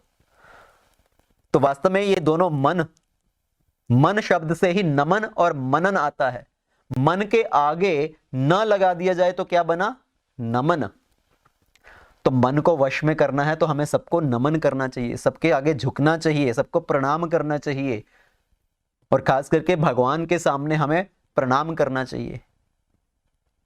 मन के आगे न लगाया तो नमन, मन के पीछे न लगाया तो क्या हुआ, मनन। भगवान का मनन करना, भगवान का स्मरण करना, भगवान की शिक्षाओं को याद करना, ध्यान करना। तो ये दो ढंग से भगवान को नमस्कार करके, भगवान का स्मरण करके इस मन को वश में किया जा सकता है और हम भगवान के प्रति शरणागत हो सकते हैं। तो इस संसार में अगर कोई हमारा शत्रु है तो वो हमारा अनियंत्रित मन है। इसलिए भगवत गीता में भगवान बोलते हैं कि अगर इस मन को हम अपने वश में कर लें तो ये हमारा सबसे बड़ा मित्र है, और यही मन अगर अनियंत्रित है तो यही मन हमारा सबसे बड़ा शत्रु है। तो प्रहलाद महाराज हिरण्यकशिपु को उपदेश दे रहे हैं कि आपका कोई और शत्रु नहीं है, आपका शत्रु है आपका ये मन। आप पहले इस मन के ऊपर विजय प्राप्त करिए। और हिरण्यकशिपु का जो क्रोध है वो और बढ़ता जा रहा है कि ये छोटा सा बालक मुझे उपदेश दे रहा है, मुझे ज्ञान दे रहा है, मुझे मेरे शत्रु की शरण में जाने के लिए बोल रहा है। तो क्रोध में भरकर हिरण्यकशिपु ने प्रहलाद को पूछा, विष्णु विष्णु विष्णु, हर समय तुम विष्णु कहते हो, कहां है तुम्हारा विष्णु? प्रहलाद ने कहा, पिताजी विष्णु कहां नहीं है, भगवान विष्णु तो सभी जगह हैं, यहां पर भी विष्णु है, वहां पर भी विष्णु है, वो तो सब जगह हैं, हरि सर्वत्र सर्वदा, भगवान तो कण कण में विराजमान है। तो हिरण्यकशिपु अपने सिंहासन से खड़ा हुआ, तलवार अपने हाथ में उठाया, दूसरे हाथ में अपनी ढाल को पकड़ा कि अभी तक तो मैंने प्रहलाद को मारने के लिए अपने बाकी सब साथियों का सहायता लिया, सभी असुरों को बोला इसका वध करने के लिए, अभी मैं स्वयं इस प्रहलाद का वध करूंगा। तो अपनी तलवार उठाकर दूसरे हाथ में ढाल लेकर प्रहलाद के सामने आए और अपने खंबे, जो सभा में एक खंबा था उसकी ओर देखते हुए बोले, तुम्हारा विष्णु क्या इस खंबे में भी है? तुम बोलते हो विष्णु सब जगह है, क्या इस खंबे में भी तुम्हारा विष्णु है? तो प्रहलाद महाराज खंबे की ओर देखने लगे और खंबे की ओर देखकर मुस्कुरा रहे थे, जैसे वहां पर खड़े हुए साक्षात भगवान का दर्शन कर रहे हो। और हिरण्यकशिपु ने प्रहलाद को मुस्कुराते हुए देखा तो एक हाथ से अपनी भुजा से, अपने मुट्ठी के प्रहार से जाकर उस खंबे के ऊपर प्रहार किया। जैसे ही उसने अपने भुजा से खंबे के ऊपर प्रहार किया तो खंबे के अंदर से भीषण गर्जना हुई, इतना भयंकर गर्जना हुई, हिरण्यकशिपु भी कांप गया कि ये किस तरह की आवाज है। इतनी भयंकर गर्जना हुई कि तीनों लोक कांप गए, ऊपर के लोकों में बैठे हुए देवी देवता, महरलोक, जनलोक तक के निवासी वो कांप गए। उनको ये प्रतीत होने लगा कि कहीं इस ब्रह्मांड का विनाश का समय आ गया है, क्या ये प्रलय का समय आ गया है? तो हिरण्यकशिपु अभी सोच ही रहा था कि ये भीषण गर्जना क्या है, तो खंबे को तोड़कर उसके अंदर से एक विचित्र प्राणी प्रकट हुआ, आधा सिंह आधे नर के रूप में। नरसिंह देव भगवान की जय, नरसिंह देव भगवान की जय। तो इतना विशाल काय रूप में भगवान उस खंबे के अंदर से प्रकट हुए, आधे सिंह आधे नर के रूप में, नर सिंह। और हिरण्यकशिपु वहां पर खड़ा सोच रहा था, ये कौन विचित्र प्राणी है, इसको तो मैंने आज तक नहीं देखा, इस तरह की योनि तो मैंने आज तक नहीं देखी। और नरसिंह भगवान भीषण गर्जना करते हुए हिरण्यकशिपु की ओर बढ़ रहे हैं, और हिरण्यकशिपु भगवान के साथ युद्ध करने के लिए उत्सुक हुआ, तत्पर हुआ, और भगवान के ऊपर प्रहार कर रहा है। हिरण्यकशिपु का साइज भगवान के सामने क्या है, जैसे एक पहाड़ के सामने एक चींटी हो। नरसिंह देव भगवान का आकार इतना विशालकाय था, और उसके सामने हिरण्यकशिपु भी एक छोटे से चींटी के समान प्रतीत हो रहा था। तो हिरण्यकशिपु भगवान के ऊपर आक्रमण करने के लिए जा रहा है, और भगवान ने उसको अपने हाथों में इस तरह से पकड़ लिया जैसे एक गरुड़ एक छोटे से सांप को या एक मेंढक को पकड़ ले। और हिरण्यकशिपु भगवान के हाथ में छटपटा रहा है, और कुछ समय बाद भगवान ने उसको छोड़ दिया अपने हाथों से, और छूटने के बाद हिरण्यकशिपु सोचने लगा कि शायद ये मेरे बल से भयभीत हो गए हैं, और मेरे बल से भयभीत होकर उन्होंने मुझे छोड़ दिया। तो भगवान उसके साथ खेल रहे थे, जैसे एक बालक एक छोटे से लट्टू के साथ खेलता है, एक लट्टू को इधर उधर फेंकता है। तो नरसिंह देव भगवान हिरण्यकशिपु को इधर उधर पटक रहे थे उठा उठाकर, और हिरण्यकशिपु बार बार उठकर भगवान के ऊपर प्रहार करता। सभी देवी देवता वहां पर उपस्थित हुए भगवान का और हिरण्यकशिपु का युद्ध देखने के लिए। और जब भगवान उसको हिरण्यकशिपु को अपने हाथों से छोड़ देते तो सभी देवता सोचते, अरे ये क्या, ये राक्षस फिर से छूट गया।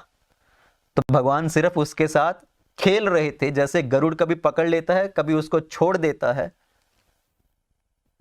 तो थोड़ी देर उसके साथ खेलने के बाद भगवान ने अपने हाथों से हिरण्यकशिपु को उठाया, उसको अपनी गोद में बिठाया, और अपने नाखूनों से हिरण्यकशिपु का जो वक्षस्थल था उसको चीर दिया, उसके प्राण हर लिए, उसके अंदर से जो आंतड़ियां थी उसको निकालकर अपने गले में माला की तरह पहन लिया। सभी देवी देवता भगवान के ऊपर फूलों की वर्षा करने लगे। नरसिंह देव भगवान की जय, नरसिंह देव भगवान की जय। तो भगवान इतने विचित्र रूप में प्रकट हुए। भगवान ने अपने भक्त का मान रखा, ब्रह्मा जी की जो वरदान दिए गए थे हिरण्यकशिपु को उसका भी मान रखा, और प्रहलाद की बात का भी मान रखा। हिरण्यकशिपु ने क्या क्या वरदान हासिल किए कि ना मुझे कोई रात में मार सके, ना कोई मुझे दिन में मार सके, ना मुझे घर के अंदर कोई मार सके, ना घर के बाहर कोई मार सके, ना ही कोई अस्त्र से, ना ही शस्त्र से, ना ही कोई नर, ना ही देवी देवता, ना ही कोई यक्ष, ना ही किन्नर, ना ही कुछ अन्य जीव जंतु। तो ब्रह्मा की जो बनाई हुई जितनी भी योनियां हैं हिरण्यकशिपु ने सब गिनवा दी। ना धरती पर ना आकाश पर। तो भगवान ने सबका पालन करते हुए, सभी वरदानों का पालन करते हुए हिरण्यकशिपु का वध कैसे किया? संध्या काल के समय, ना रात्रि का समय ना दिन का समय। भगवान उसको लेकर कहां पर बैठे? जो घर की दहलीज है, ना वो घर के अंदर मानी जा सकती है ना ही घर के बाहर। उसको अपनी गोद में बिठाकर मारा, ना ही वो धरती पर है ना ही आकाश में।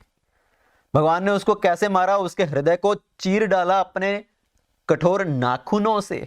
और ना ही भगवान कोई मनुष्य है, ना ही वो कोई जानवर है, ना ही कोई अन्य योनि है ब्रह्मा जी की रचना की हुई। तो भगवान आधे नर के रूप में और आधे सिंह के रूप में।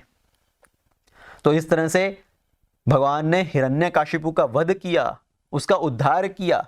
और हिरण्यकशिपु का वध करने के बाद उसकी जो आंतड़ियां निकाल कर अपने गले में पहन ली, उसका हृदय निकाला, और भगवान उसका हृदय देख रहे हैं। ये क्या है?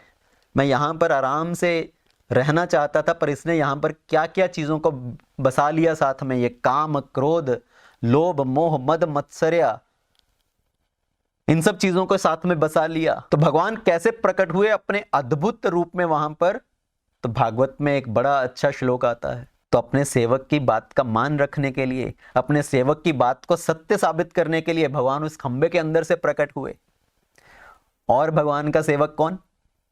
ब्रह्मा जी। ब्रह्मा जी क्या हैं? वो भी भगवान के भक्त हैं, भगवान के सेवक हैं।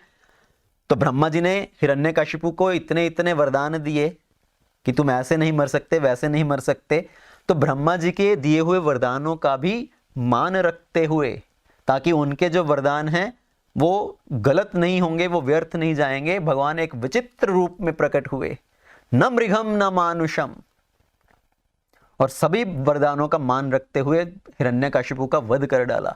तो कोई असुर सोच सकता है कि मैं भगवान से अधिक बुद्धि लगा सकता हूं, भगवान को धोखा दे सकता हूं,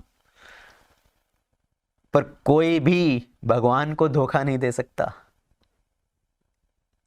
क्योंकि जो हमारी बुद्धि है वो कहां से आ रही है? वो भगवान से ही आ रही है। हमारी बुद्धि सीमित है और भगवान की बुद्धि क्या है? असीमित। हमारा बल सीमित है, भगवान का बल असीमित। और तीसरा भक्त कौन है? तीसरा सेवक जिसकी बात का मान रखा? स्वयं हिरण्यकाशिपु। क्योंकि हिरण्यकाशिपु ने प्रहलाद के ऊपर प्रहार करना चाहा, उसको बोला कि अभी तुम्हारा विष्णु आकर तुम्हें बचाए, तुम्हारा विष्णु ही आकर तुम्हें बचाए, अभी देखता हूं मैं। तो अपने उस सेवक का भी मान रखने के लिए, क्योंकि हिरण्यकशिपु वास्तव में क्या है? वो भी भगवान का ही पार्षद है, भगवान का सेवक है, जो भगवान को वीर रस का आनंद देने के लिए इस भौतिक जगत में राक्षस रूप में प्रकट हुआ, पैदा हुआ। तो भगवान जब उसके साथ ये सब खेल रहे हैं, कभी उसको पकड़ लिया, कभी छोड़ दिया, तो ये वीर रस का आनंद ले रहे हैं। तो अपने भक्त की बात का मान रखने के लिए भगवान बड़े विचित्र विचित्र रूप लेकर प्रकट होते हैं। अपना मान टले टल जाए, पर भक्त का मान न टलते देखा। प्रबल प्रेम के पाले पड़कर प्रभु को नियम बदलते देखा। जैसे कुरुक्षेत्र के युद्ध में भी एक घटना आती है, जब भगवान ने अपना ही प्रकृति का नियम बदल डाला अर्जुन के वचन की रक्षा करने के लिए, अर्जुन की रक्षा करने के लिए। और उसी तरह से भीष्म पितामह के वचन की रक्षा करने के लिए भगवान ने अपना वचन तोड़ दिया। तो ये दोनों घटनाएं क्या हैं? पहले तो भीष्म पितामह का जब अर्जुन से युद्ध हो रहा था, तो युद्ध के शुरू में भगवान ने क्या प्रतिज्ञा ली थी कि मैं इस युद्ध में शस्त्र नहीं उठाऊंगा। और भीष्म पितामह ने भी एक प्रतिज्ञा ली कि मैं आपको शस्त्र उठाने पर बाध्य कर दूंगा, मजबूर कर दूंगा। तो भीष्म पितामह अर्जुन के साथ इतना भयंकर युद्ध कर रहे थे, अर्जुन टिक नहीं पा रहा था भीष्म पितामह के सामने। और उस समय पर क्रोध में आकर भगवान ने रथ के पहिए को चक्र की तरह धारण कर लिया और भीष्म पितामह की तरफ भागे, दौड़े उसकी तरफ, उनको मारने के लिए। तो अपने भीष्म पितामह के वचन की रक्षा करने के लिए कि मैं आपसे शस्त्र उठवा कर रहूंगा, भगवान ने अपना वचन तोड़ दिया। अपना मान टले टल जाए, पर भक्त का मान न टलते देखा। और दूसरी घटना, जब अर्जुन ने यह प्रतिज्ञा ली कि मैं जयद्रथ का वध करूंगा सूर्यास्त होने से पहले, नहीं तो मैं स्वयं अग्नि में प्रवेश कर जाऊंगा। तो अर्जुन के वचन की रक्षा करने के लिए और अर्जुन की रक्षा करने के लिए भगवान ने प्रकृति का नियम बदल डाला। उन्होंने सूर्य अस्त करवा दिया पहले, और जब जयद्रथ सबके पीछे से निकलकर सामने आया तो वापस सूर्य को वापस प्रकट कर दिया। तो भगवान के चरण कमल जो इतने कोमल हैं, जो भक्तों के हथेली पर रहते हैं, करतल से न निकलते देखा। जो भक्तगण भगवान के चरणों को अपने हाथों पर धारण करने के लिए तत्पर रहते हैं, वही भगवान एक छोटे से बालक के रूप में, जब भगवान कृष्ण रूप में आए तो क्या है, अपने भक्तों को आनंद देने के लिए गोकुल की गलियों में घूमते फिर रहे हैं नंगे पांव। गोकुल की करील कुंजन में नंगे पांव पे चलते देखा। और वहां पर गलियों में क्या है? करील, कांटेदार झाड़ियां।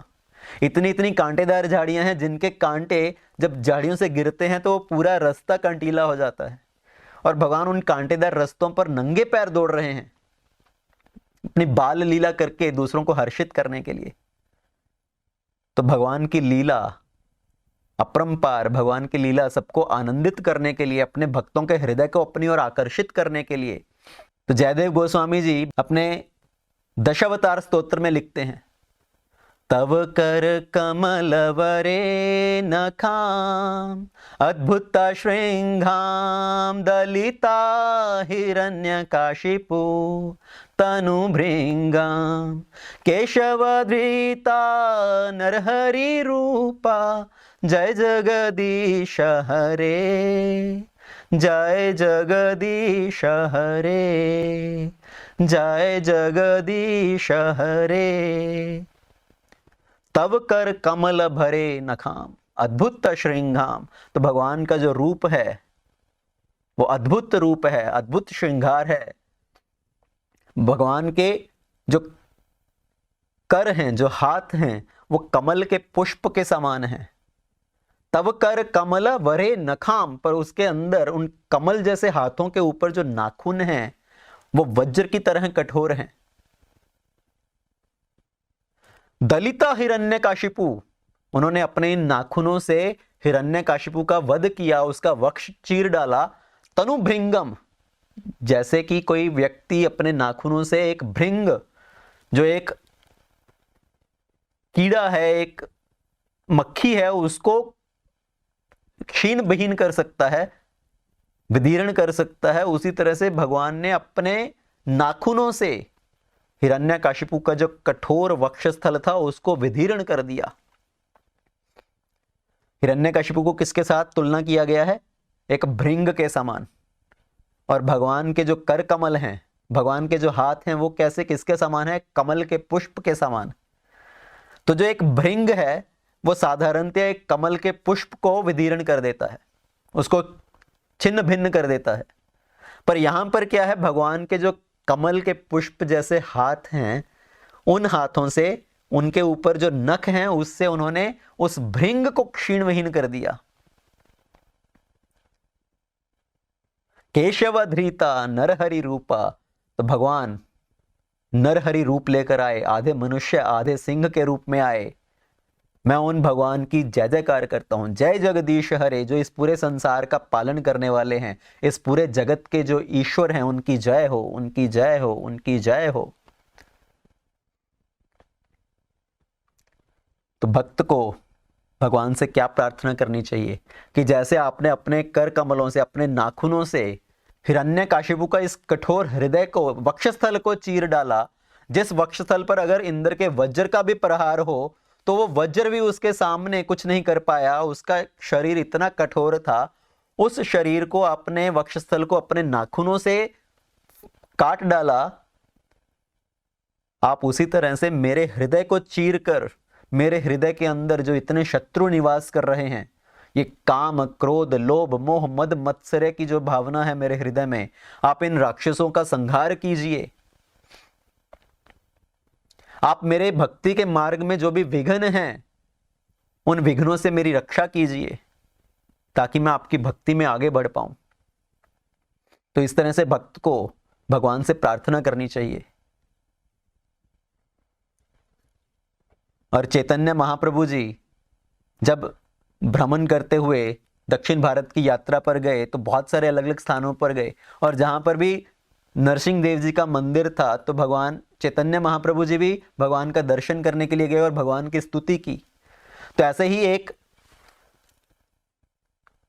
नरसिंह देव जी का मंदिर है विशाखापट्टनम के पास में, 5 मील की दूरी पर, जयदा नरसिंह मंदिर। तब भगवान चैतन्य महाप्रभु जी नरसिंह देव जी का दर्शन करने के लिए वहां पर गए, और जैसे ही उन्होंने भगवान के विग्रह का दर्शन किया, उनके हृदय में इतना आनंद हुआ, इतना रोमांच हुआ कि वो भगवान की स्तुति करने लगे। भगवान की स्तुति में क्या गाने लगे? जय नरसिम्हा श्री नरसिम्हा, जय जय जय नरसिम्हा, जय नरसिम्हा श्री नरसिम्हा, जय जय जय नरसिम्हा, प्रहलादेश जाय पद्मा मुख पद्मा भृंगा, प्रहलादेशे जाय पद्मा मुख पद्मा भृंगा, जय नरसिम्हा श्री नरसिम्हा, जय जय जय नरसिम्हा, प्रहलादेशे जाय पद्मा मुख पद्मा भृंगा। तो भगवान की यह स्तुति क्या है कि भगवान प्रहलाद के हृदय को आनंद देने वाले। और एक और प्रार्थना आती है भगवान की, जिसको नरसिंह कवच बीज मंत्र कहा जाता है।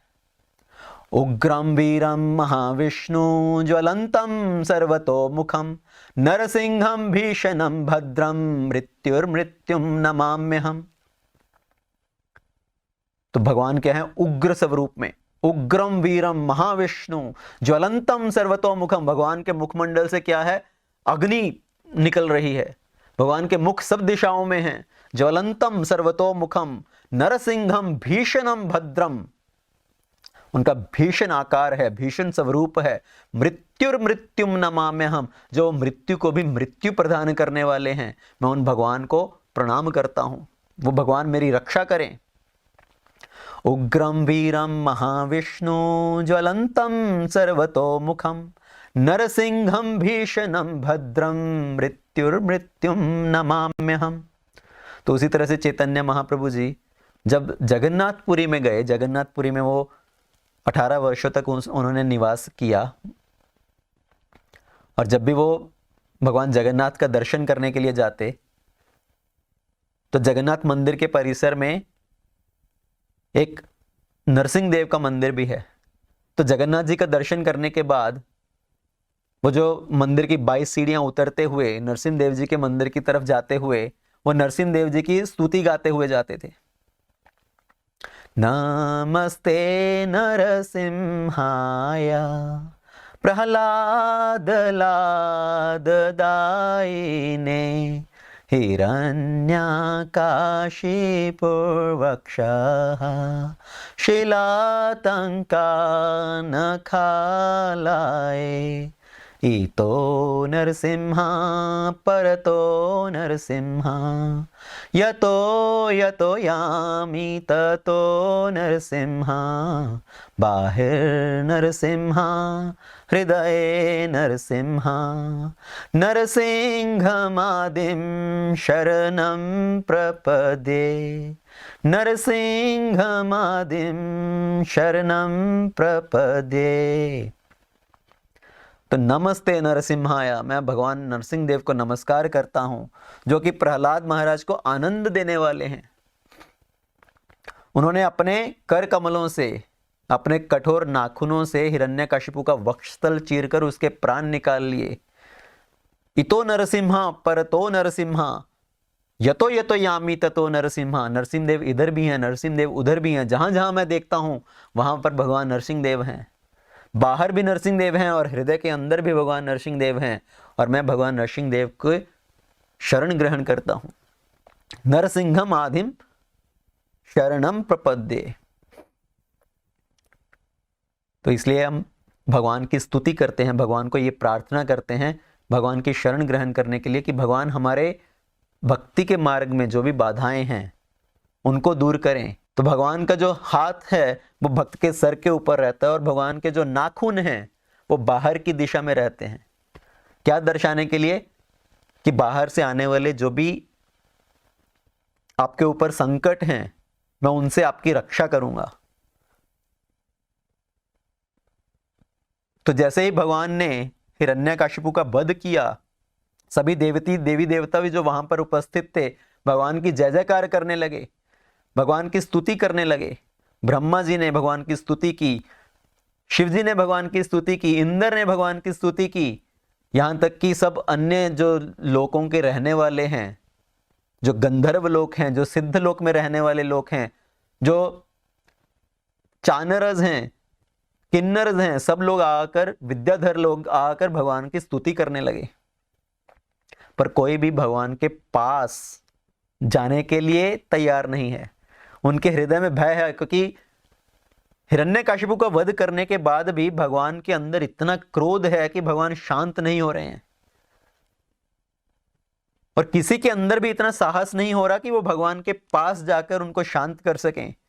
भगवान अभी भी इतना क्रोध में है। अगर उनका क्रोध शांत नहीं हुआ तो पूरे तीनों लोकों को नष्ट कर डालेंगे अपने क्रोध से। तो उनके क्रोध को कैसे शांत किया जाए? तो ब्रह्मा जी ने सोचा कि लक्ष्मी जी के पास जाकर उनको प्रार्थना करनी चाहिए कि वो नरसिंह देव भगवान के पास जाकर उनके क्रोध को शांत करें। तो सभी ब्रह्मा आदि देवतागण लक्ष्मी जी के पास आए कि आप जाकर भगवान नरसिंह देव को शांत कीजिए, आपके तो पति हैं, तो आप जाकर उनको शांत कीजिए।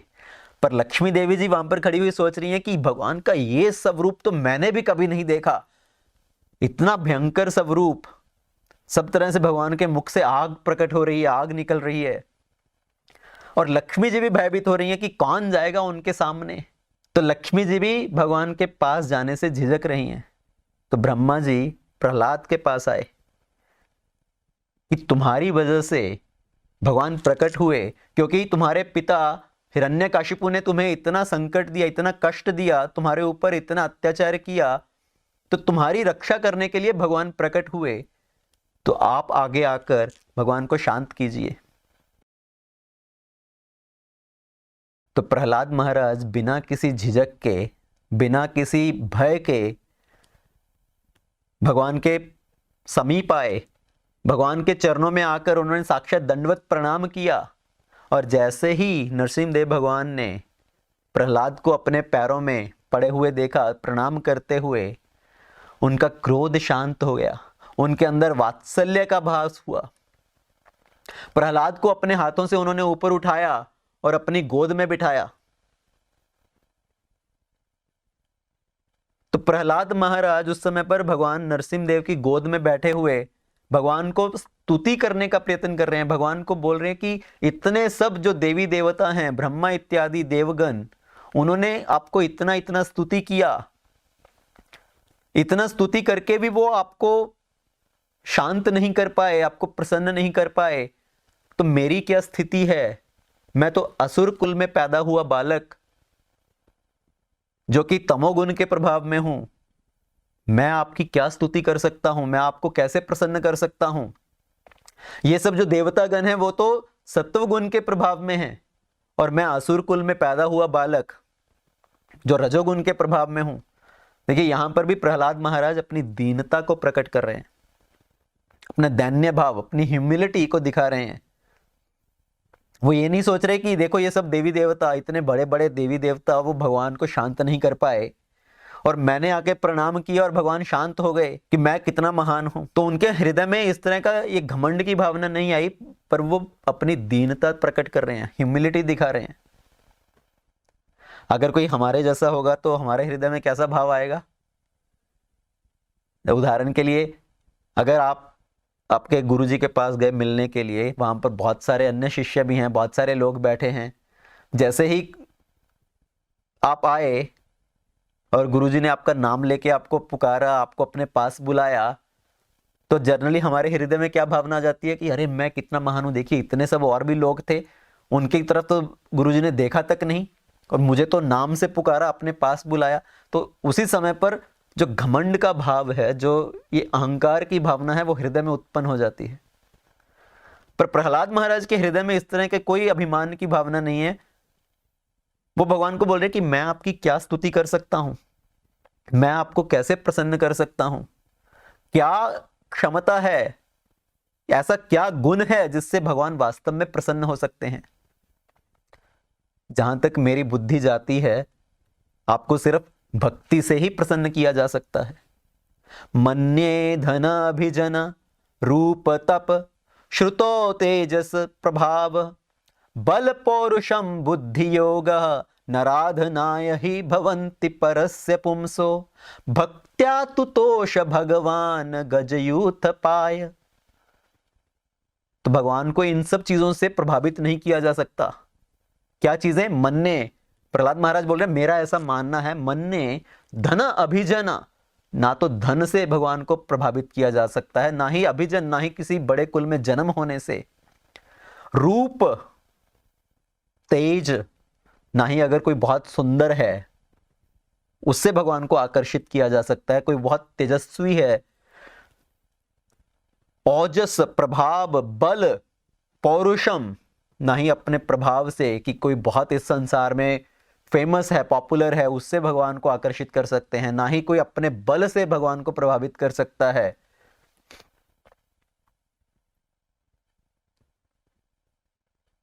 तो किस चीज से भगवान को प्रभावित किया जा सकता है, आकर्षित किया जा सकता है?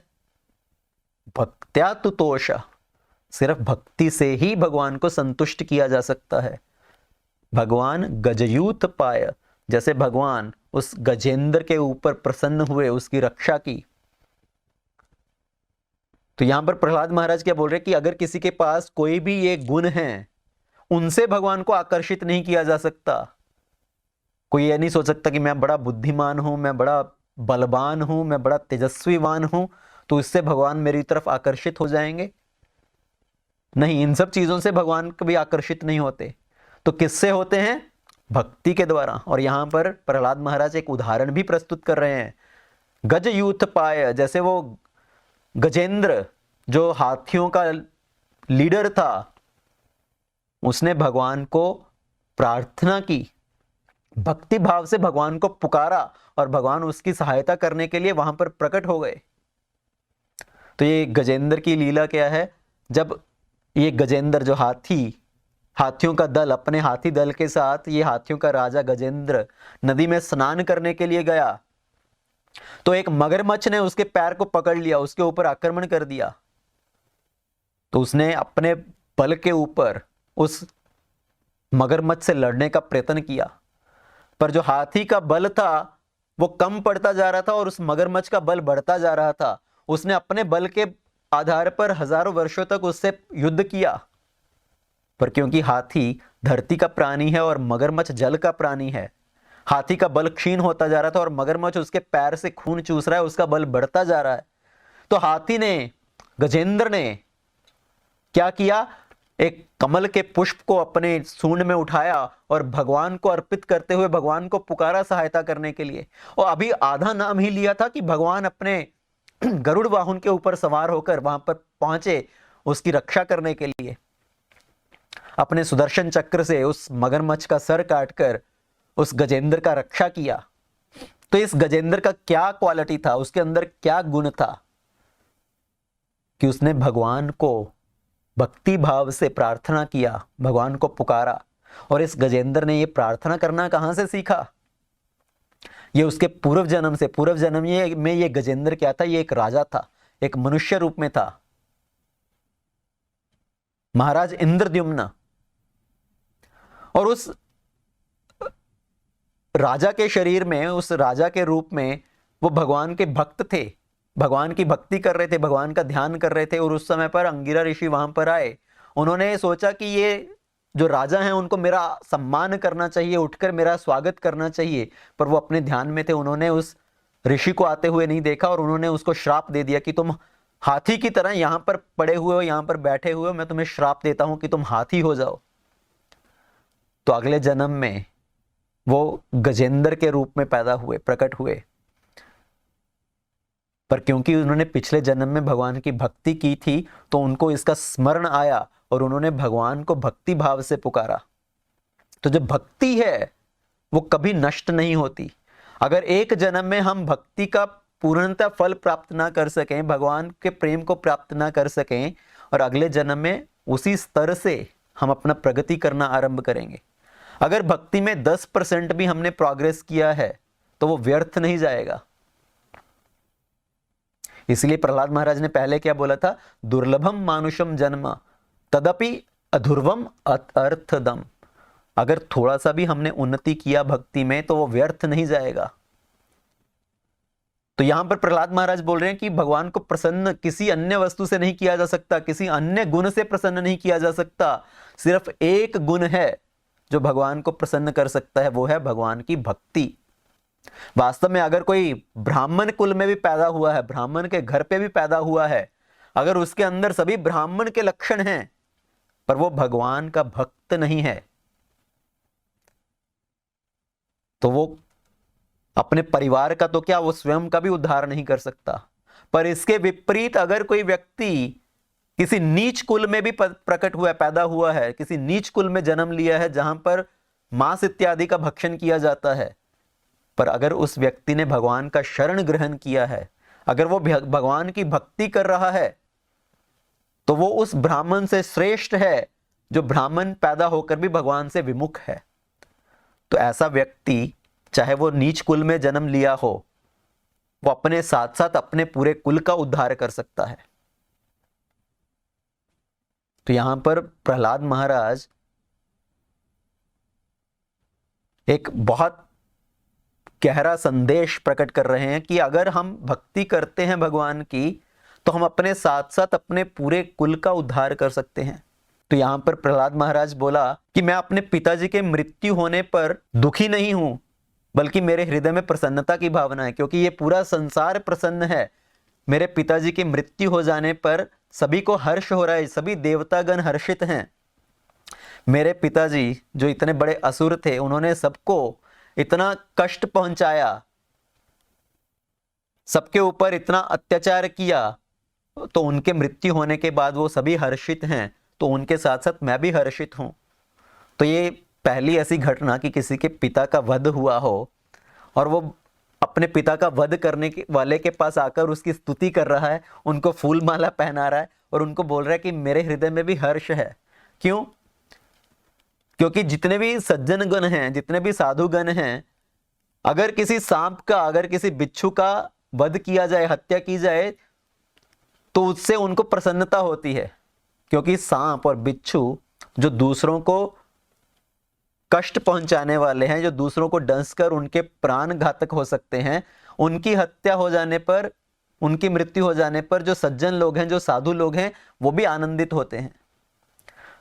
तो जो मेरे पिताजी थे वो क्या हैं, एक विषकारी सांप के समान थे, जो सबको डसकर, सबको संकट पहुंचा रहे थे, कष्ट पहुंचा रहे थे। तो उनकी मृत्यु हो जाने पर मुझे भी किसी तरह का कुछ दुख नहीं है। तो एक बार प्रभुपाद जी के साथ भी ऐसी घटना हुई। प्रभुपाद जी अपनी ये घटना सुनाते हैं कि एक बार वो भक्ति सिद्धांत सरस्वती जी को मिलने के लिए मायापुर में गए, जो चैतन्य मठ है वहां पर। उस समय पर भक्ति सिद्धांत सरस्वती जी निवास करते थे। तो प्रभुपाद उस समय पर अभय चरण दे उनसे मिलने के लिए गए।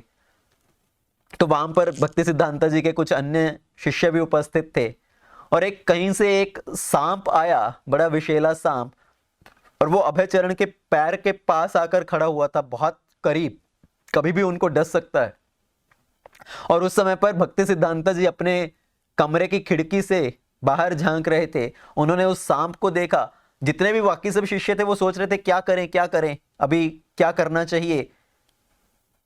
तो भक्ति सिद्धांत जी ने तुरंत वहां से चिल्लाकर कहा, किल हिम, कि इस सांप को मार डालो, क्योंकि अगर उसको अभी नहीं मारा गया तो वो किसी को डंस सकता है और उनके प्राण ले सकता है। तो उनके एक शिष्य ने एकदम से डंडा उठाया और सांप के ऊपर प्रहार किया, उनको मार डाला। तो प्रभुपाद जी सोच रहे थे, अभयचरण, उनके मन में ये संशय की भावना उत्पन्न हुई कि वो इतने महान साधु संत, वो किसी अन्य जीव के ऊपर हिंसा कैसे कर सकते हैं, वो कैसे बोल सकते हैं कि उनको मार डालो। तो उनके हृदय के अंदर ये शंका की भावना उत्पन्न हुई, क्योंकि जो साधु हैं उनको तो समदर्शी होना चाहिए, सबके प्रति समदृष्टि का भाव होना चाहिए। पर प्रभुपाद जी कहते हैं कि बाद में फिर मैंने जब प्रहलाद महाराज की स्तुति में, प्रार्थनाओं में ये श्लोक पढ़ा, जहां पर प्रहलाद महाराज बोल रहे हैं कि साधुगण भी जब किसी सांप की या किसी बिच्छू का वध होता है, उनकी हत्या होती है, तो उनको शोक नहीं होता, उनको हर्ष होता है, तब मेरा ये संशय दूर हो गया।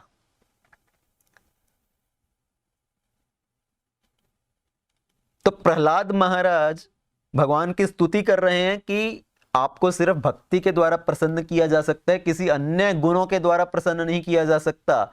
अपनी विद्वता का प्रदर्शन करके, अपने बल का प्रदर्शन करके भगवान को प्रसन्न नहीं किया जा सकता। कई बार लोगों को लगता है कि मैं अपनी विद्वता से ऐसी ऐसी भगवान के लिए प्रार्थना लिख सकता हूं, ऐसी श्लोकों का रचना कर सकता हूं जिससे भगवान प्रसन्न हो जाएंगे। पर भगवान हमारे नम्र स्वभाव से, हमारी सरलता से प्रसन्न होते हैं। ऐसे एक बार जगन्नाथपुरी में क्या होता है, भगवान जगन्नाथ जी को गीत गोविंद सुनाया जाता है हर रात्रि को शयन से पहले। तो जयदेव गोस्वामी जी का लिखा हुआ ये जो गीत गोविंद है उनको सुनाया जाता है। तो उस समय पर, एक समय पर जगन्नाथपुरी के जो राजा हुए, जो गजपति राजा थे, वो भी बड़े विद्वान थे, उनके अंदर भी बड़ा इस तरह की विद्वता थी। तो उन्होंने सोचा कि मैं भी अपनी रचना करूंगा जगन्नाथ जी को प्रसन्न करने के लिए। ये गीत गोविंद, ये क्या किसी जो भिखारी व्यक्ति है उसके द्वारा लिखा हुआ, मैं अपने द्वारा एक गीत, एक और रचना करूंगा भगवान की स्तुति में, भगवान को प्रसन्न करने के लिए। तो उन्होंने अपने सब पंडितों को साथ लेकर एक और रचना किया भगवान की स्तुति में। अभी जो ब्राह्मण थे, जो पंडित थे, उनके हृदय में ये विचार आया कि अभी कौन सा गीत गोविंद पढ़ा जाए। जो गीत गोविंद जो अभी तक पढ़ते आ रहे हैं भगवान के सामने, जगन्नाथ जी के सामने उनके शयन से पहले, उसका उच्चारण किया जाए या गजपति राजा का लिखा हुआ जो ये स्तुति है उसको सुनाया जाए। तो भगवान किससे प्रसन्न होंगे? उन्होंने सोचा कि दोनों को भगवान के सामने रखना चाहिए। भगवान अपने आप कुछ निर्देश देंगे, भगवान अपने आप कुछ संकेत देंगे कि भगवान किसके द्वारा प्रसन्न होंगे। तो उस रात्रि को वो दोनों रचनाएं भगवान के सामने रखी गई। अगले दिन सुबह जब द्वार खोला गया तो जो जयदेव गोस्वामी जी का लिखा हुआ गीत गोविंद था भगवान की छाती पर विराजमान था, और जो गजपति राजा के द्वारा लिखा हुआ गीत गोविंद था वो धरती पर पड़ा हुआ था। तो भगवान ने क्या संकेत दिया, उनको किस चीज से प्रसन्नता होगी? जो एक भक्त के द्वारा एक भक्ति भाव में लिखा हुआ भगवान का स्तुति है, भगवान को वो प्रसन्न करती है, ना कि अपना ज्ञान प्रकट करने के लिए, अपनी विद्वता को प्रकट करने के लिए जो रचना लिखी जाए, जो भगवान की स्तुति लिखी जाए। ये सब विद्वता, जो विद्या है, जो ज्ञान है, जो बुद्धि है, उससे भगवान को प्रभावित नहीं किया जा सकता। भगवान के प्रति आकर्षण उत्पन्न करना है तो भगवान की निरंतर कथा का श्रवण करना चाहिए। कब तक कथा का श्रवण करना चाहिए? जब तक हमें कथा के अंदर रस नहीं आने लगे। चाहे हम जिस मर्जी से भगवान की कथा का श्रवण करें, अगर हमें उसमें से रस ना आने लगे तब तक हमें कथा का श्रवण करना चाहिए। जब तक कि हमें ऐसा रस ना आने लगे कि हम कौवे के मुख से भी कथा सुने और उसमें से रस आए, तो वो वास्तव में भगवान की कथा में रमण करना है। हमारा मन जो क्या है, इस संसार में रमण करता है, पर इस संसार में अपने मन को रमाने से हमें भगवान की कथा में अपने मन को रमाना चाहिए। भगवान की कथा में हमें रमण करना चाहिए।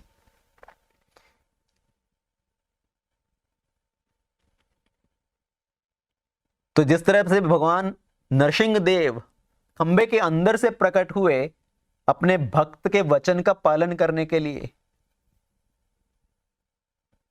सत्यम विधातुम निज भृत्य भाषितम स्तंभे सभायम न मृगम न मानुषम। तो भगवान इस अद्भुत रूप में प्रकट हुए खंबे के अंदर से अपने भक्त के वचन का पालन करने के लिए। उसी तरह से वृंदावन में भगवान राधा रमन जी के रूप में प्रकट हुए एक शालिग्राम शिला के अंदर से, वो भी अपने भक्त के वचन का पालन करने के लिए, अपने भक्त को आनंद देने के लिए। तो इस एक तरफ नरसिंह अवतार है जो एक खंबे के अंदर से प्रकट हुए, एक पत्थर के अंदर से निकले। दूसरी तरफ राधा रमन लाल जी हैं जो एक पत्थर के अंदर से प्रकट हुए, एक शालिग्राम शिला के अंदर से। तो राधा रमन जी का प्राकट्य कैसा हुआ, उनकी नरसिंह देव के साथ क्या समानताएं हैं और क्या भिन्नताएं हैं, इसके बारे में हम अगले दिवस की कथा में श्रवण करेंगे। ग्रंथराज श्रीमद् भागवतम की जय, श्री प्रहलाद महाराज की जय, नरसिंह देव भगवान की जय, श्रील प्रभुपाद की जय, अनंत कोटि वैष्णव वृंद की जय।